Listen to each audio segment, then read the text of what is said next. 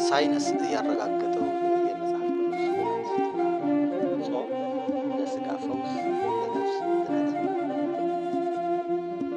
ሰላም ጤና ይስጥልኝ የቻናላችን ቤተሰቦች፣ ዛሬ በአይነቱ ለየት ያለ እውነትና ሳይንስ አስደናቂ በሆነ መንገድ ያጣመረ መረጃ ይዘንላችሁ መጥተናል። ለዘመናት ክርስትና ጾሙ፣ ጸልዩ እያለ ሲያስተምር የነበረውን ጥልቅ ሚስጥር በቅርቡ የዘመኑ ሳይንስ እውነት ነው ብሎ አረጋግጧል። ዓለም እንደ አውሮፓውያን አቆጣጠር በ2016 ለሕክምናው ዘርፍ የኖቤል ሽልማት ለጃፓናዊው ሳይንቲስት ለዶክተር ዮሺኖሪ ኦሱሚ የሰጠችው ለምን እንደሆነ ያውቃሉ? የእርሳቸው አስደናቂ ግኝት ከመጽሐፍ ቅዱስ አስተምህሮ ጋር እንዴት እንደሚገናኝ ሰምተዋል? አብራችሁን ቆዩ። ይህንን ድንቅ ሚስጥር አብረን እንፈትሻለን። የኖቤል ሽልማቱና ሳይንሳዊ ግኝቱ ነው። እስቲ ቀድመን ስለ ሳይንሱ እናውራ። በ2016 እንደ አውሮፓውያን አቆጣጠር ጃፓናዊው የሴል ባዮሎጂስት ዮሺኖሪ ኦሱሚ ዓለምን ጉድ ያስባለ ጥናት ይፋ አደረገ። ጥናታቸው የሚያጠነጥነው ኦቶፋጂ በተሰኘ ሂደት ላይ ነው። ኦቶፋጂ የሚለው ቃል ከግሪክ የተወሰደ ሲሆን ትርጉሙ ራስን መብላት ማለት ነው። ምናልባት ቃሉ ሊያስደነግጥ ይችላል፣ ነገር ግን ሂደቱ ለሰውነታችን እጅግ ጠቃሚ ነው። ዶክተር ዮሺኖሪ ባደረጉት ጥናት አንድ ሰው ለተወሰኑ ሰዓታት ከምግብ ሲከለከል ወይም ሲጾም ሰውነቱ ውስጥ ምን ይፈጠራል የሚለውን መለሱ። መልሱም አስገራሚ ነበር። ሰውነታችን ምግብ ሲያጣ በውስጡ የተከማቹትን የሞቱ ሴሎች፣ የተበላሹ ፕሮቲኖችና መርዛማ ኬሚካሎች ሰብስቦ መብላት ወይም ማስወገድ ይጀምራል። በቀላል አማርኛ ጾም ማለት ለሰውነታችን የጽዳት ቀን ማለት ነው። ልክ እንደ ፋብሪካ ስራ አቁሞ ማሽኖችን ጠረግረግ አድርጎ እንደሚያድሰው ሁሉ ሰውነታችንን በጾም ወቅት ራሱን በራሱ ያድሳል። ይህ ሂደት ካንሰርን፣ የአእምሮ በሽታዎችን እንደ አልዛይመር እና ያለ ጊዜው እርጅናን ይከላከላል።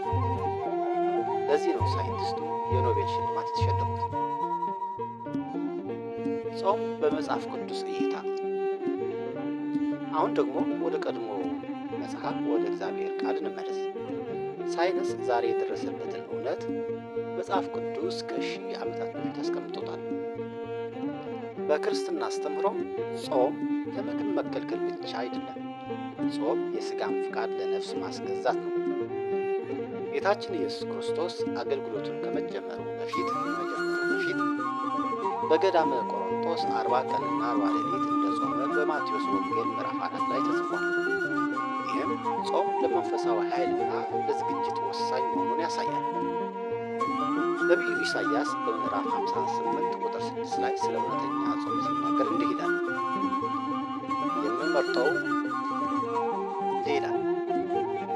የምመርጠው ጾም ይህ አይደለምን? የክፋትን እስራት ትፈቱ ዘንድ ቀንበሩንስ ሁሉ ትሰብሩ ዘንድ አይደለምን? እዚህ ጋር ልብ በል። መጽሐፍ ቅዱስ ጾም እስራትን እንደሚፈታ ይናገራል። ሳይንስ ደግሞ ጾም በሰውነት ውስጥ ያሉ የበሽታና የመርዝ እስራቶችን ቶክሲንስ እንደሚፈታ አረጋገጠ። የሳይንስና የእምነት ውህድ አጠቃላዩ ደግሞ ተመልከቱ ወዳጆቼ። ይህ እንዴት ያለ አስደናቂ ውህደት ነው! አንድ ሳይንስ ኦቶፋጂ እንዲህ ይላል፣ ጾም የተበላሹ ሴሎችን ያጠፋል፣ አዲስ ሕይወትና ጉልበት ለሰውነት ይሰጣል። ሁለት መጽሐፍ ቅዱስ እንዲህ ይላል፣ ጾም የኃጢአትንና የሥጋን ምኞት ያጠፋል፣ አዲስ መንፈሳዊ ኃይልን ያቀናጃል። ዶክተር ዮሺኖሪ ሰውነት ሲራብ አላስፈላጊ ነገሮችን ያቃጥላል እንዳሉት ሁሉ ቅዱስ ቃሉ ሰው ሲጾም ውስጣዊ ርኩስነትና ክፋትን ያስወግዳል ይላል። ስለዚህ ክርስቲያን ክርስቲያኖች ስንጾም በረከታችን ድርብ ነው። አንደኛ በመንፈሳዊ ሕይወታችን ከፈጣሪ ጋር እንገናኛለን። ሥጋችንን ለነፍሳችን እናስገዛለን። ሁለተኛ ሳናውቀው በሳይንስ የተረጋገጠው ኦቶፋጂ የተባለው ተፈጥሯዊ የሰውነት እድሳት እያካሄድ ጤናችንን እየጠበቅን ነው። ሐዋርያ ጳውሎስ በሁለተኛ ቆሮንቶስ ምዕራፍ 4 ቁጥር 16 ላይ ውጫዊ ሰውነታችን ቢጠፋ እንኳ ውስጣዊ ሰውነታችን ዕለት ዕለት ይታደሳል ይላል። ይህ ጾም ይህን መታደስ በሥጋ በመንፈስም ያረጋግጣል። ስለዚህ ውድ ቤተሰቦች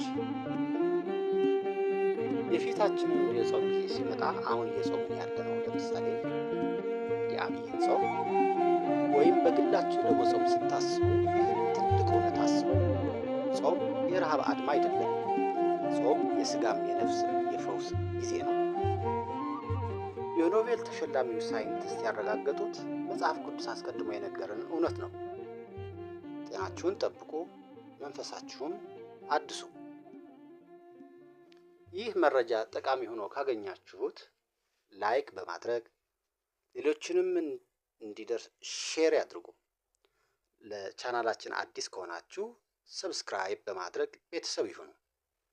በቀጣይ በሌላ ጠቃሚ መረጃ እስክንገናኝ ሰላም ለእናንተ ይሁን። ቻው ቻው።